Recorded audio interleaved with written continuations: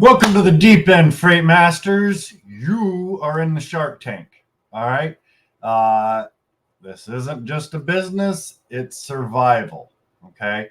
And today we're diving deep into the strategies to help you not just survive, but thrive in this cutthroat industry. All right. So, more or less what I've laid out. And if you want to contact me, via email, I will put my email up at the end of this. If you want to dive into some of these sections a little bit more in depth, if I maybe didn't elaborate enough, okay, let me know, and we can go over that. So section one, basically that's identifying the sharks, okay, the biggest threats to your brokerage. All right. Number one being the carrier shark. All right. You're like, but Tim, you always tell us build our carrier relationships. Hold on, get into it. These are the carriers who promise the world but often fail to deliver. All right. They might even offer you rock bottom rates, but their service is subpar. Right. It's equally as low as the rate that they offered you. They oftentimes have missed pickups, late deliveries, not picking up at all, and not letting you know till the last minute. Poor communication, right? And could end up with damaged freight, right? These are all their calling cards. All right. Number two, the shipper shark. Okay. Shippers can be demanding, and Lord knows I've got one right now that I am. You all pray for me because I am about done with these. Especially when it comes to rates, transit times, claims. They might change their order last minute,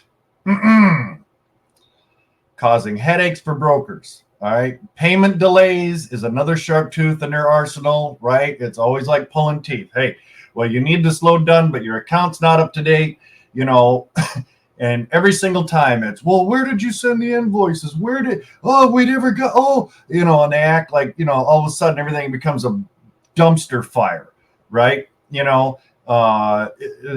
give you, the information. Oh, no, it's fine.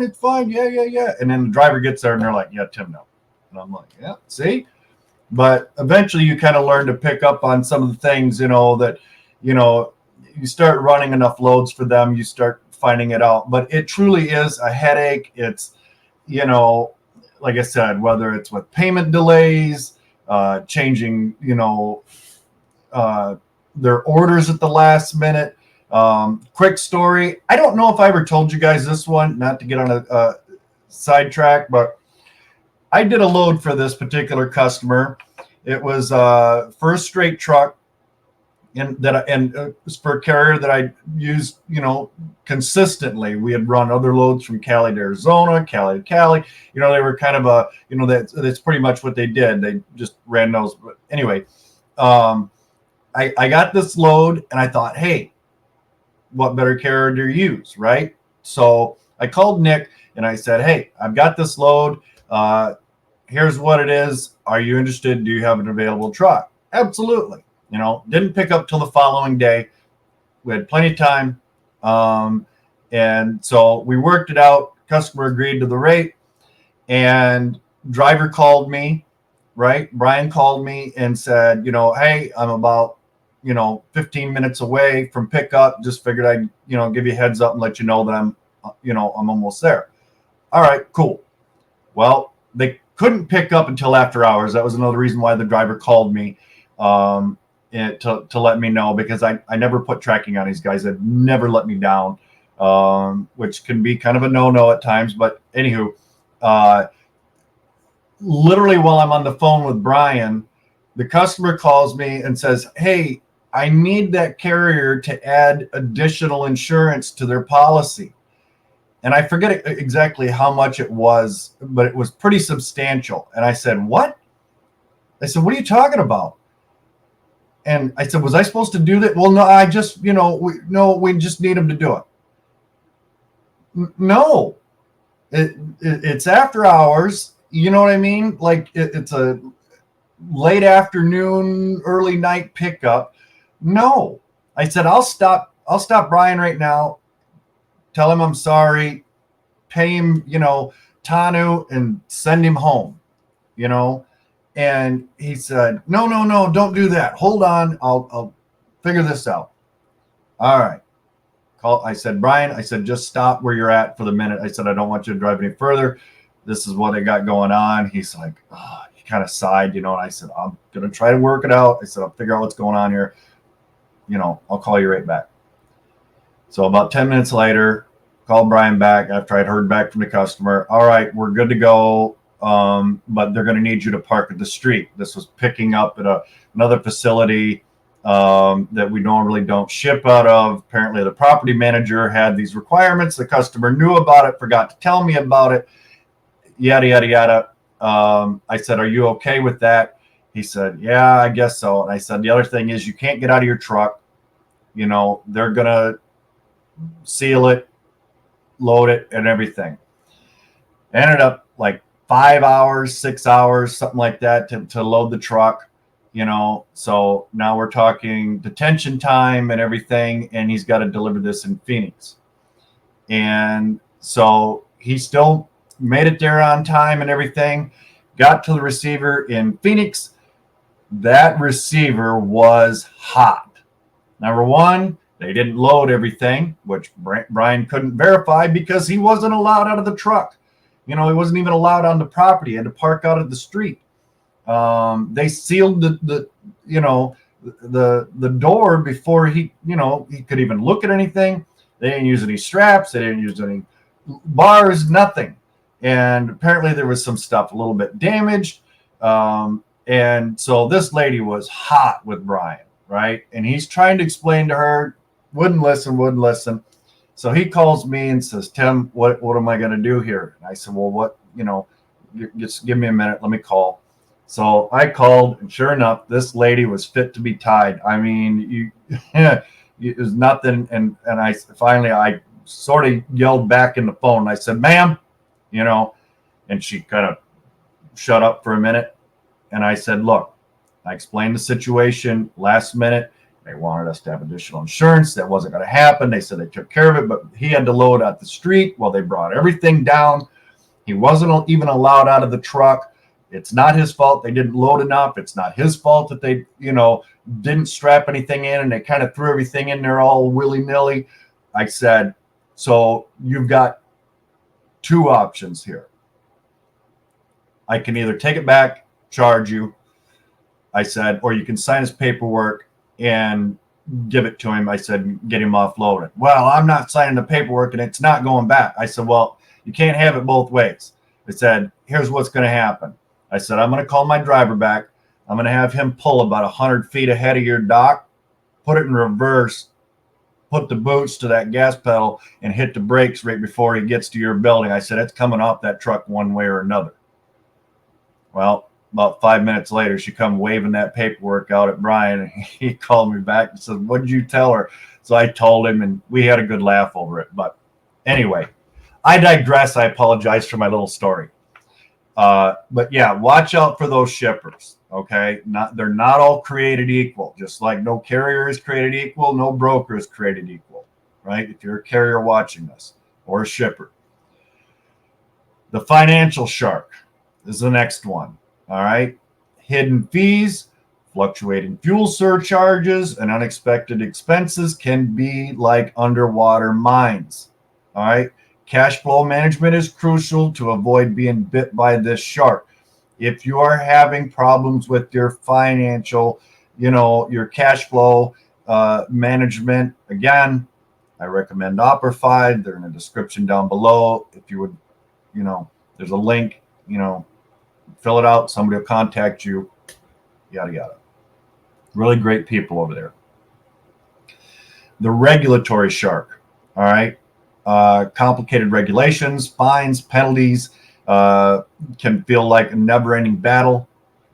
Staying updated on industry rules is essential to avoid getting caught in its jaws. All right. Section 2, you kind of need to build your armor. All right. You need a strong vessel to withstand the waters. All right. Strong carrier relationships. I preach this till I'm blue in the face. I'll probably still be preaching it till they put me in the ground. Building trust and reliability with carriers is essential. All right. Consistent communication, fair payment terms, and understanding their challenges, right, can turn them from threats to allies. And it might mean, and I've talked about this before, or even kind of going back to my, if you have a late night pickup or something, or that driver doesn't have enough hours to, run a substantial distance or something, and he's probably not going to find a spot at the truck stop to park. Reserve one for him.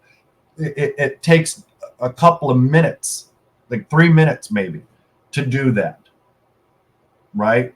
But they'll appreciate that, and it's just that little extra thing that you can do, for your preferred carriers and drivers. And sometimes it might just, even if they're not, but it's looking like you can build a relationship with this carrier, just do it, right? Make sure you answer the phone, right? When we talk about consistent, it should be consistent and good communication. If they call you after hours, and you provide them with your cell phone number and you don't answer that call, yeah, they're probably not going to want to work with you again, right? And word will get out, right? Drivers talk, carriers talk. Diversified client base. All right. Don't put all your eggs into one basket. If you remember, unless you're brand new to the industry, going through the pandemic, I myself ended up basically 70% of my clientele fell off because they were non-essential, right? What we shipped for them was not anything. They basically just shut down for a period of time. Okay. So yeah, don't put all your eggs in one basket. A diverse client base can protect you from the impact of any single client's issues. And this might mean just having a couple of seasonal customers or something, to kind of help you get through that January, February lull or something, right? So think about that. And, while, we talk about, riches are in niches, that kind of a thing. Really, and that's true, but have at least a little bit of diversification in case something happens, whether it's another pandemic or, things slow down too much for you during the winter. Yeah, it's nice to kind of have that. Robust financial management, accurate forecasting, cash flow management, and emergency funds are your financial life jackets. All right. Understanding your numbers is crucial to avoiding financial storms. Okay. This goes for carriers and for brokers alike. Legal and compliance knowledge, staying up to date on regulations, having legal counsel can protect you from costly mistakes, right? It's basically having a shield against regulatory sharks. Okay. Section 3, there's 5 of these sections, by the way, in case I forgot to mention that in the beginning. Outsmart the predators. All right. It's not just about defense, it's also about offense. Okay. Strong negotiation skills are your harpoon. All right. Knowing your market, understanding your client's needs, and finding common ground can help you secure better rates and terms. Okay. Rate management, understanding market fluctuations is crucial. All right. Adjusting your rates based on supply and demand can help you stay ahead of the curve. Technology is your sonar. Freight management software, load boards, and communication tools at a minimum can help you operate more efficiently and make informed decisions. Okay. Obviously, if you're a freight agent, you might not have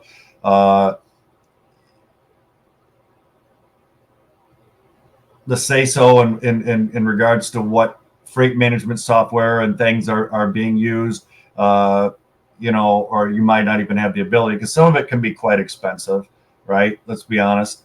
And some of that'll come with a substantial down payment, and plus your recurring monthly payments. But, if your company doesn't provide certain things, it might behoove you to at least look into it. and see if there's some sort of an option there.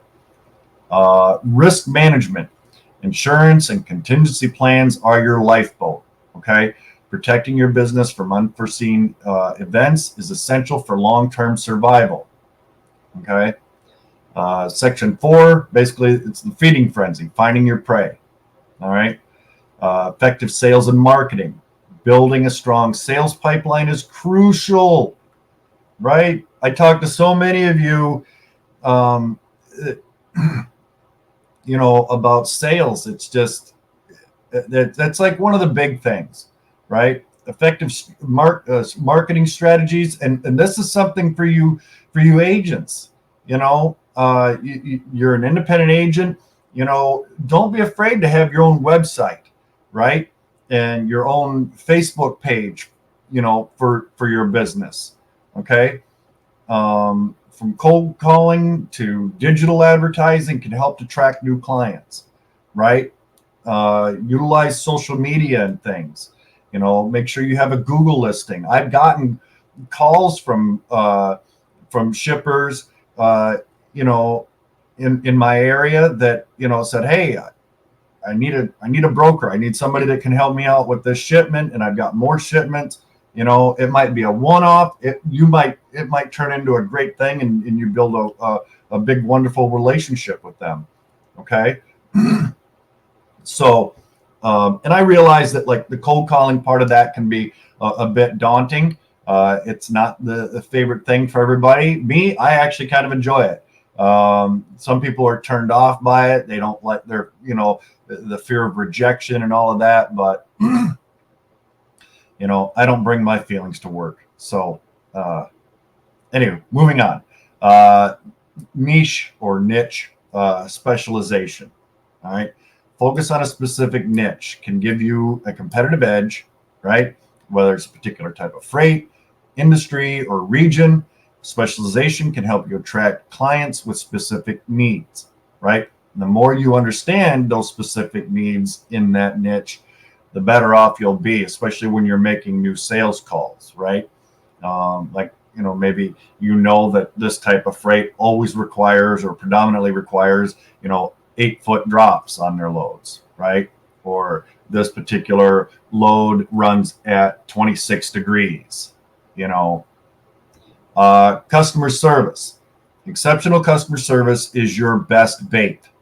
Okay. Building strong relationships with clients through timely communication, problem solving, and going the extra mile can lead to repeat business and referrals. I will add to this. I didn't write it down, but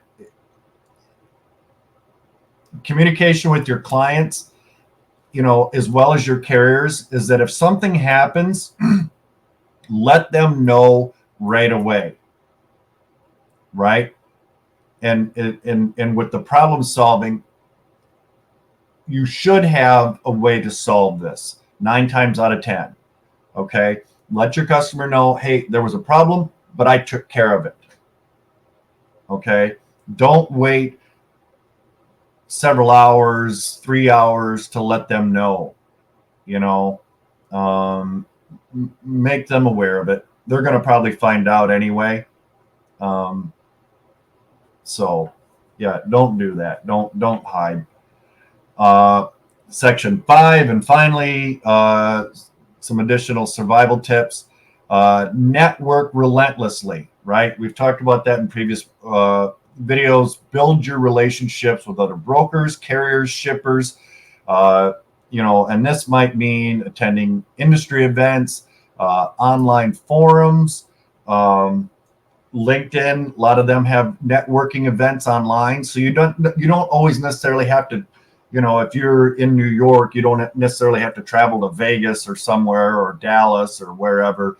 There's a lot of these things that kind of happen, right there online. You sign up for it. They're usually free. Join industry associations. Okay. These organizations provide valuable resources, education, and networking opportunities. Okay.